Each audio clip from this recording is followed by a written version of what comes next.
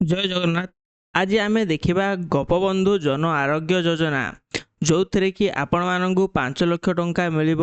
ଯେଉଁଟା ଆଗରୁ ଥିଲା ଆମର ବିଜୁ ସ୍ୱାସ୍ଥ୍ୟ କଲ୍ୟାଣ ଯୋଜନା, ସେଇଟା ଏବେ ପରିବର୍ତ୍ତନ ହୋଇକି ହୋଇଅଛି ଗୋପବନ୍ଧୁ ଜନ ଆରୋଗ୍ୟ ଯୋଜନା। ଏବଂ ଦେଖନ୍ତୁ, ଏହି ଗୋପବନ୍ଧୁ ଜନ ଆରୋଗ୍ୟ ଯୋଜନା ଏବେ ସାରା ଓଡ଼ିଶାରେ ଲାଗୁ ହୋଇସାରିଲାଣି। ତେବେ ଏହି ଯୋଜନା ମାଧ୍ୟମରେ ତୁମେମାନେ ତୁମର ସ୍ୱାସ୍ଥ୍ୟଗତ ସମସ୍ୟା ହେଲେ ତୁମେ ମାଗଣାରେ 5 ଲକ୍ଷ ପର୍ଯ୍ୟନ୍ତ ତୁମେମାନେ ଟ୍ରିଟମେଣ୍ଟ ହେଇପାରିବ। ଯେତିକି ସବୁ ହସ୍ପିଟାଲ ଏନରୋଲ ଅଛି ଏହି ଗୋପବନ୍ଧୁ ଆରୋଗ୍ୟ ଯୋଜନା ଅନ୍ତର୍ଗତରେ। ତେବେ ଆଜି ଆମେ ଏହି ଭିଡ଼ିଓରେ ଜାଣିବା କି ଆପଣମାନଙ୍କର ନାମ ଏହି ଗୋପବନ୍ଧୁ ଜନ ଆରୋଗ୍ୟ ଯୋଜନାରେ ଅଛି କିମ୍ବା ନାହିଁ। ସେହି ଲିଷ୍ଟଟିକୁ ଆପଣମାନେ କିପରି ଭାବରେ ନିଜ ମୋବାଇଲରେ ଡାଉନଲୋଡ଼ କରି ନିଜ ନାମଟିକୁ ସର୍ଚ୍ଚ କରିପାରିବେ, ସେଇଟା ଆମେ ଆଜି ଆପଣଙ୍କୁ କହିବୁ। ତେବେ ଦେଖ, ସର୍ବପ୍ରଥମେ ତୁମେମାନେ ସେହି ଲିଷ୍ଟଟିକୁ ଡାଉନଲୋଡ଼ କରିବାକୁ ହେଲେ ତୁମେ ପ୍ରଥମେ ନିଜର ମୋବାଇଲ କିମ୍ବା କମ୍ପ୍ୟୁଟରର ଯେକୌଣସି ଗୋଟେ ବ୍ରାଉଜରଟିକୁ ଓପନ୍ କରିବ।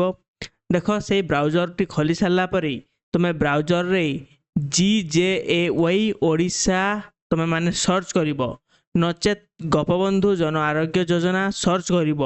ସର୍ଚ୍ଚ କରି ସାରିଲା ପରେ ପ୍ରଥମରେ ତୁମମାନଙ୍କୁ ଲିଙ୍କ ଆସିଯିବ। ସେଇ ଲିଙ୍କଟିକୁ କ୍ଲିକ୍ କରି ସାରିଲା ପରେ ଏମିତି ଭାବରେ ଗୋଟିଏ ୱେବ୍ ଆସିଯିବ, ୱେବ୍ ପେଜଟି ଆସିଯିବ। ନଚେତ୍ ଏହାର ମୁଁ ଡାଇରେକ୍ଟ ଲିଙ୍କ ମଧ୍ୟ ଡେସ୍କ୍ରିପ୍ସନରେ ଦେଇଛି। ସେହି ଲିଙ୍କରେ ତୁମେମାନେ ଯେତେବେଳେ କ୍ଲିକ୍ କରିବ, ତୁମେମାନେ ଏହି ଗୋପବନ୍ଧୁ ଜନ ଆରୋଗ୍ୟ ଯୋଜନାର ହୋମ୍ ପେଜକୁ ଆସିଯିବ। ତାପରେ ତୁମେମାନେ ଟିକେ ତଳକୁ ସ୍କ୍ରଲ୍ କରିଯିବ। ତା ପରବର୍ତ୍ତୀ ଷ୍ଟେପ୍ରେ ଦେଖ ଅଛି ତୁମମାନଙ୍କର ବେନିଫିସିଆରୀ ଲିଷ୍ଟ। ଏହି ବେନିଫିସିଆରୀ ଲିଷ୍ଟରେ ତୁମେମାନେ କ୍ଲିକ୍ କରିବ, ଯାହାଫଳରେ ତୁମେମାନେ ବେନିଫିସିଆରୀ ଲିଷ୍ଟଟିକୁ ଡାଉନଲୋଡ଼ କରିପାରିବ।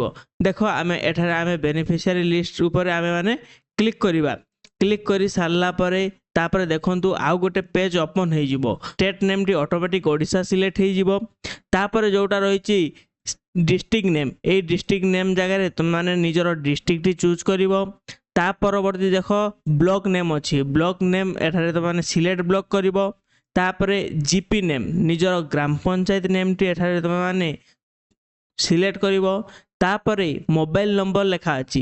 ମୋବାଇଲ ନମ୍ବର ଲେଖା ଅଛି, ଏଠାରେ ତୁମେମାନେ ତୁମ ମୋବାଇଲ ନମ୍ବରଟି ଏଣ୍ଟର କରିବ। ତାପରେ ଏଠାରେ ସର୍ଚ୍ଚ ମାରିବ। ଦେଖ, ଯେତେବେଳେ ଆମେ ମୋବାଇଲ ନମ୍ବରଟି ଏଣ୍ଟର କରି ସର୍ଚ୍ଚ ମାରିଲା, ତାପରେ ଏଠି ଗୋଟେ କ୍ୟାପଚା ଆସିବ। ସେଇ କ୍ୟାପଚାଟିକୁ ଏଠାରେ ଆମେ ପୁଟ୍ କରିବା। ତାପରେ ମୋବାଇଲକୁ ଗୋଟେ OTP ଆସିବ, ସେଇ OTPଟାକୁ ଏଠାରେ ଆମେ ପୁଟ୍ କରିବା। ତାପରେ ଆମେ ଏଠାରେ ସବମିଟ୍ ମାରିବା।